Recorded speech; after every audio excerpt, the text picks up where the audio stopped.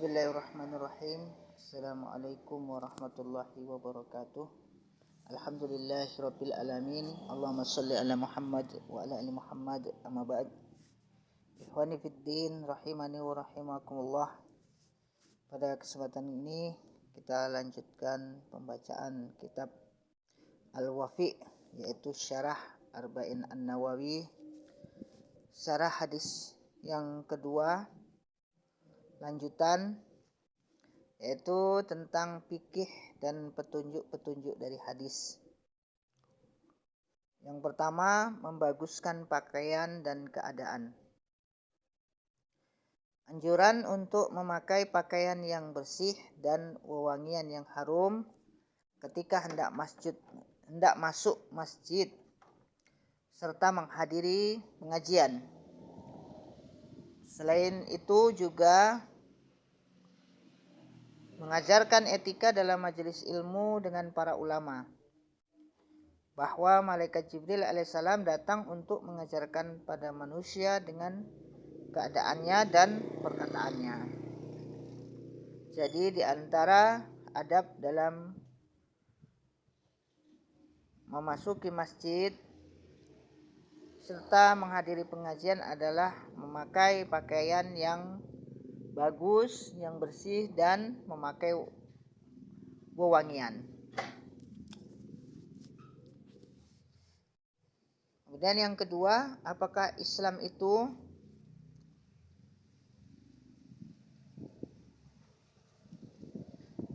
secara bahasa adalah tunduk dan berserah diri kepada Allah.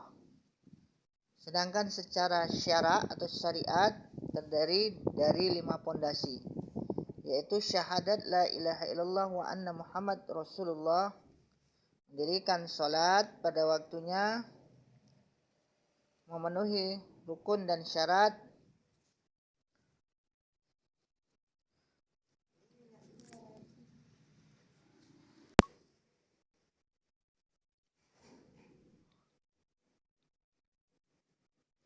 menunaikan zakat, puasa pada bulan Ramadan, dan haji ke Baitullah sekali dalam setahun bagi yang mampu dan memiliki bekal untuk perjalanan.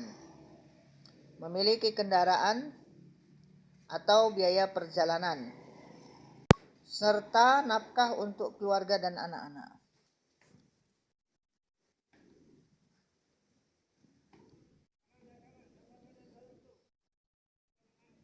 Jadi Islam mempunyai 2 makna, yaitu secara bahasa dan secara syar'i.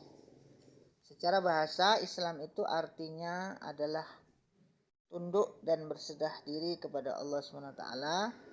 Dan secara syara atau secara syariat, bahwa Islam itu adalah 5 pondasi. Yang pertama, mengucap 2 kalimat syahadat, asyhadu an la ilaha illallah wa asyhadu anna Muhammadan abduhu wa rasuluh. Kemudian yang kedua, mendirikan sholat. Ketiga, menunaikan zakat. Keempat, berpuasa pada bulan Ramadan. Dan yang kelima adalah melaksanakan ibadah haji ke Baitullah bagi yang mampu, yaitu mampu secara fisik maupun secara materi. Wallahu a'lam. Kemudian yang ketiga, apakah iman itu? Secara bahasa, iman adalah membenarkan. Adapun secara syara adalah membenarkan dengan yakin akan adanya Allah Sang Pencipta dan bahwa Dia itu Maha Suci lagi tiada sekutu baginya.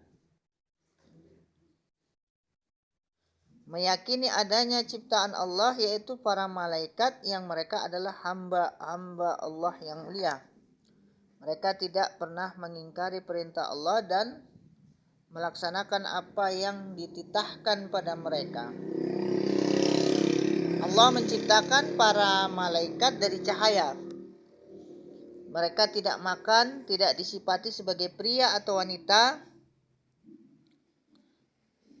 dan tidak berkembang biak. Dan tidak ada yang mengetahui jumlahnya selain Allah saja.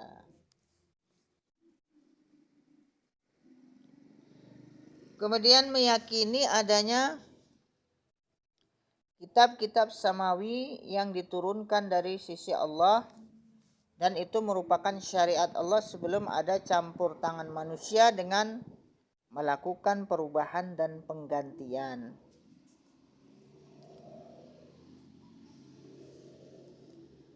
Meyakini pada seluruh rasul yang telah dipilih oleh Allah agar dapat memberikan petunjuk pada ciptaannya, sehingga mereka diberikan kitab samawi, dan yakin bahwa rasul adalah manusia yang terjaga, yaitu bebas dari dosa.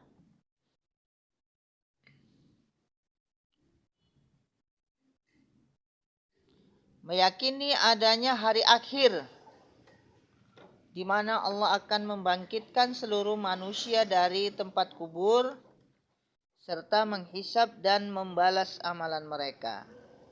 Jika baik maka kebaikan baginya, jika kejelekan maka kejelekan baginya. Meyakini bahwa semua kejadian di seluruh alam ini adalah dengan takdir Allah dan kehendaknya, dan hikmahnya hanya Allah saja yang tahu. Ini semua adalah rukun-rukun iman. Barang siapa yang meyakininya, ia selamat dan beruntung. Barang siapa yang tidak meyakininya, tersesat dan merugi. Allah berfirman, A'udzubillahi minasyaitonirrajim. Ya ayyuhallazina amanu aminu billahi wa rasulih wal kitabil ladzi nazzala ala rasulih wal kitabil ladzi anzala min qabl. Wa may ya'fur billahi wa malaikatihi wa kutubihi wa rusulihi wal yaumil akhir faqad dhalla dhalalan ba'ida. Wahai orang-orang yang beriman, tetaplah beriman kepada Allah dan Rasul-Nya, dan kepada kitabnya, dan kepada kitab yang Allah turunkan kepada Rasul-Nya, serta kitab yang Allah turunkan sebelumnya. Barang siapa yang kafir kepada Allah, malaikat-malaikatnya, kitab-kitabnya, rasul-rasulnya, dan hari kemudian, maka sesungguhnya orang itu telah sesat sejauh-jauhnya. Quran Surah An-Nisa, surat keempat ayat 136. Kemudian yang keempat, Islam dan iman.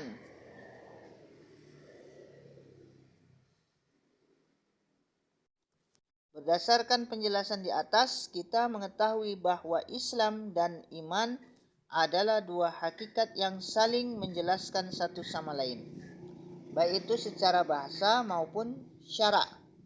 Dan ini merupakan pokok dari nama-nama yang berbeda. Terkadang istilah syarak bermakna luas sehingga memasukkan yang satu pada yang lainnya. Tidaklah disebut iman tanpa Islam, seperti tidak disebut Islam tanpa iman, karena keduanya saling berkaitan. Oleh karena itu, haruslah iman dengan hati dan melaksanakannya dengan seluruh anggota badan.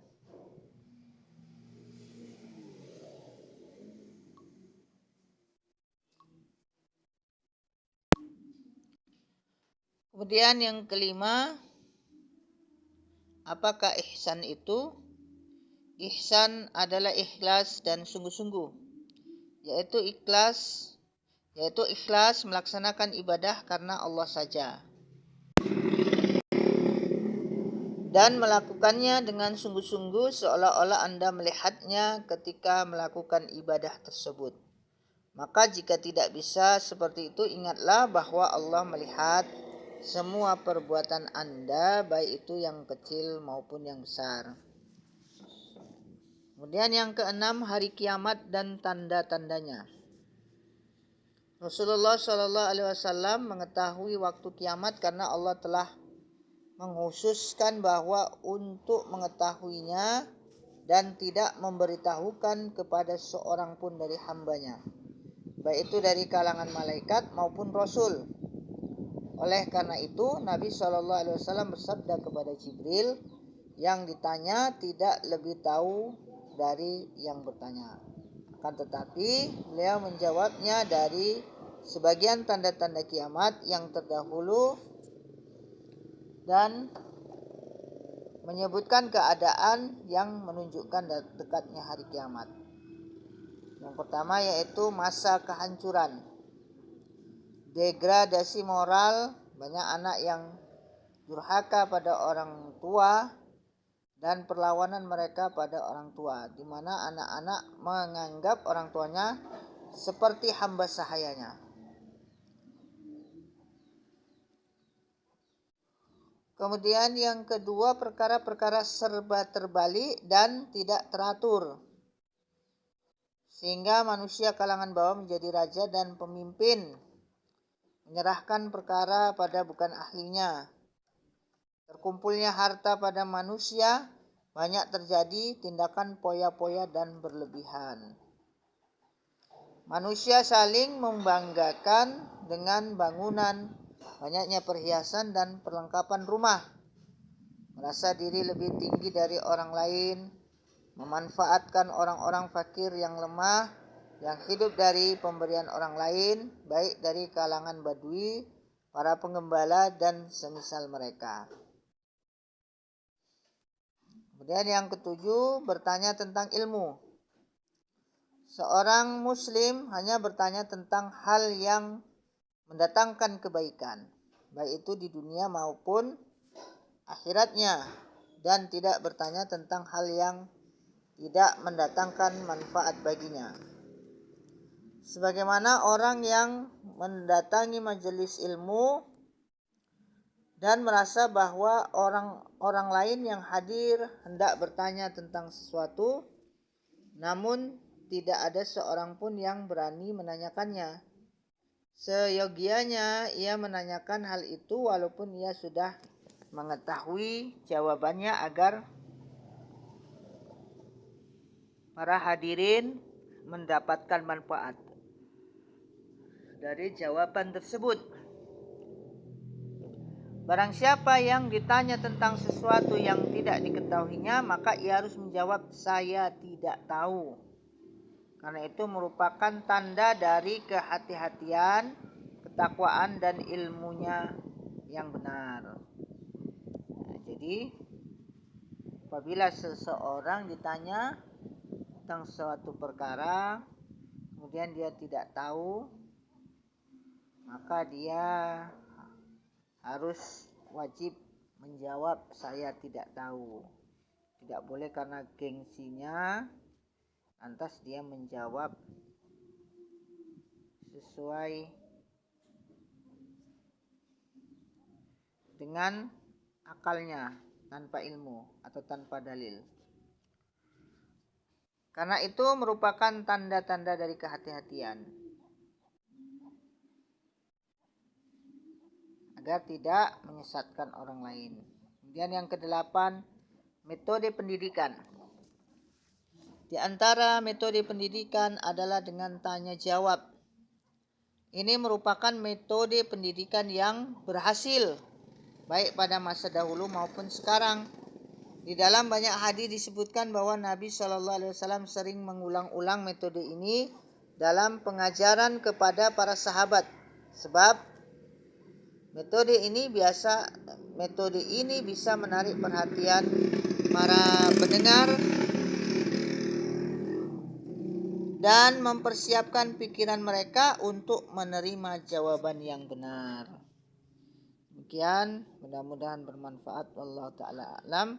Subhanakallahumma wa bihamdika asyhadu an la ilaha illa anta astaghfiruka wa atubu ilaik. Wassalamualaikum warahmatullahi wabarakatuh.